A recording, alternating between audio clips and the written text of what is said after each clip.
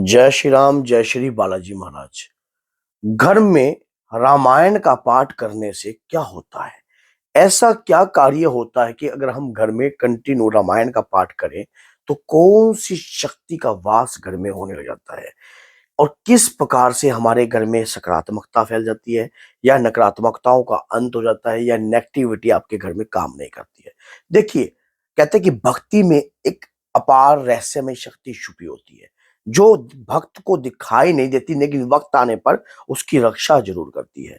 अगर हम अपने जीवन के अंदर कुछ ऐसे नियम बनाकर अगर अपने घर के अंदर इस प्रकार के पाठ, मंगलिक पाठ जो है अपने घर में प्रारंभ रखें तो हमारे घर से नकारात्मकता छू मंतर होने लग जाएगी। किस प्रकार से छू मंतर होने लग जाएगी, सुनिए। क्या होता है कि हनुमान जी कहते कि कलयुग तेरे नाम है, ये मेरा वरदान है।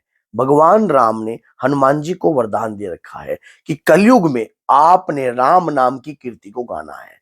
और जहां राम जी का नाम, जहां पर भगवान का नाम होता है, प्रभु राम का नाम होता है, वहां पर ही हनुमान जी का वास होता है। और कलयुग में राम नाम का प्रचारक जो है, सबसे बड़े जो है वो हनुमान जी ही हैं। जिस घर रामायण का नियमित रूप से नियम बनाकर पाठ किया जाता है, वेदों शास्त्रों में भी इस बात का उल्लेखन है कि हनुमान जी कलयुग के जागृत देवता हैं और अजर अमर है। माता सिया के वरदान के अनुसार हनुमान जी अजर अमर है और हनुमान जी अष्ट सिद्ध नवनिधि के दाता भी हैं। हनुमान जी वहीं आपके घर में बुलाने की आवश्यकता नहीं पड़ती है। हनुमान जी तुरंत आपके घर में उनका वास होने जाता है जहां पर रामायण का नित्य नियम बनाकर पाठ होता है।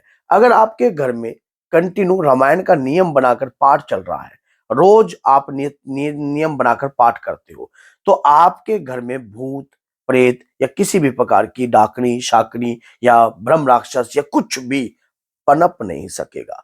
पनपने का तात्पर्य मेरा ये है कि अगर कोई तंत्र या कोई मंत्र या कोई क्रिया आपके घर में डाली गई है या छोड़ी गई है, तो वो धीरे धीरे ये एक दाद की तरह होते हैं, सोराइसिस की तरह हो जाती है। क्यों? धीरे धीरे ना ऐसे फैलती रहती है। इसमें थोड़ी जैसे एक दाद हो जाता है, उसमें थोड़ी थोड़ी खुजली हो जाती है ना, फिर वो धीरे धीरे पूरा कब्जा करने लगता है। तो ये तंत्र भी हमारे शरीर में, हमारे घर में इसी प्रकार से फैलता है। लेकिन हमारे घर में जब प्रभु राम का मांगलिक पाठ जो है कंटिन्यू किया जाता है, तो हनुमान जी उस पाठ का स्मरण करने या सुनने के लिए वहां आते हैं। आपके घर के अंदर नकारात्मकता, कहते हैं कि हनुमान जी का तो नाम ही काफी है।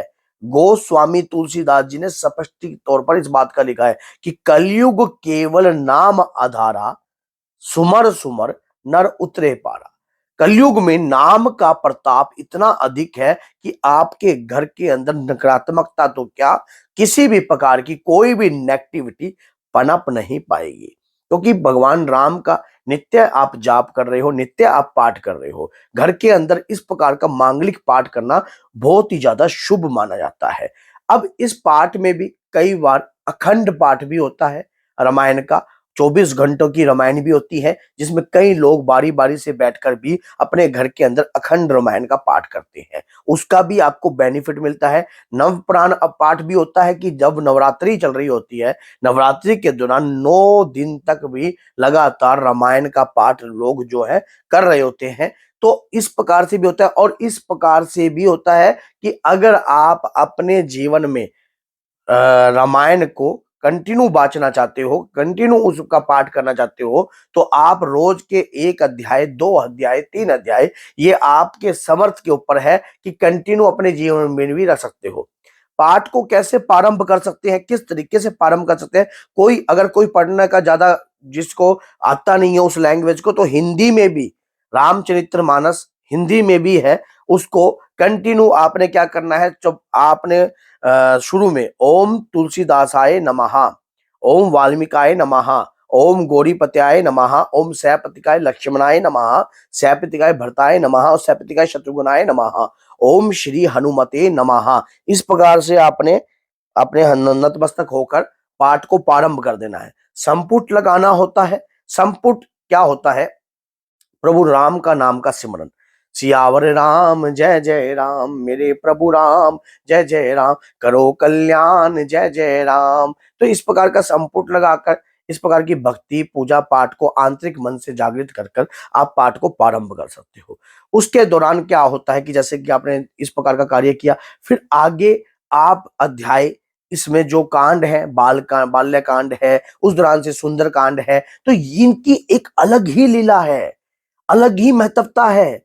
इस प्रकार से इनके जाप करने से, पाठ करने से आपके घर में जब नियमित रूप से ये पाठ चलने लग जाएगा, घर में तंत्र कहाँ पनपेगा, क्योंकि हनुमान जी को तो आदत पड़ चुकी है अब आपको अपने घर के अंदर रामायण का पाठ सुनने की। अगर आप अपने घर में रामायण का पाठ कंटिन्यू कर रहे हो, अब वहां पर हनुमान जी तो आएंगे आएंगे, तो नकारात्मकता आपके घर में कैसे पनपेगी? नकारात्मकता घर में घुसने की कोशिश करेगी, घर में आने की कोशिश करेगी, लेकिन कर नहीं पाएगी। प्रयास करेगी, आपके घर को कहीं ना कहीं हाईजैक करने का प्रयास करेगी, कहीं ना कहीं आपको पकड़ने का प्रयास करेगी, लेकिन पनप नहीं पाएगी। ऐसी अवस्था के अंदर व्यक्ति को सचेत होकर कंटिन्यू अपने जीवन में रामायण के पाठ को प्रारंभ रखना चाहिए और अपने ओम सीताराम की माला का जाप जो है, पाठ करने से पहले कुछ विशेष बातों का ध्यान ये रख लेना।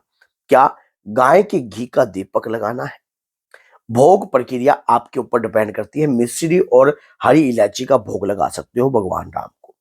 समझ गए? इस प्रकार से भोग लगाकर हनुमान जी महाराज का ध्यान करना है और कह उनका आह्वान करना है कि हे मंगल मूर्ति, आइए मेरे पाठ को सुनिए और मेरे घर के अंदर कल्याण कीजिए। मेरे घर में रहने वाली नेगेटिविटी या पनपने वाली कोई भी प्रेत आत्मा है तो उसको पुण्य कराइए, उन्हें रास्ता दिखाइए।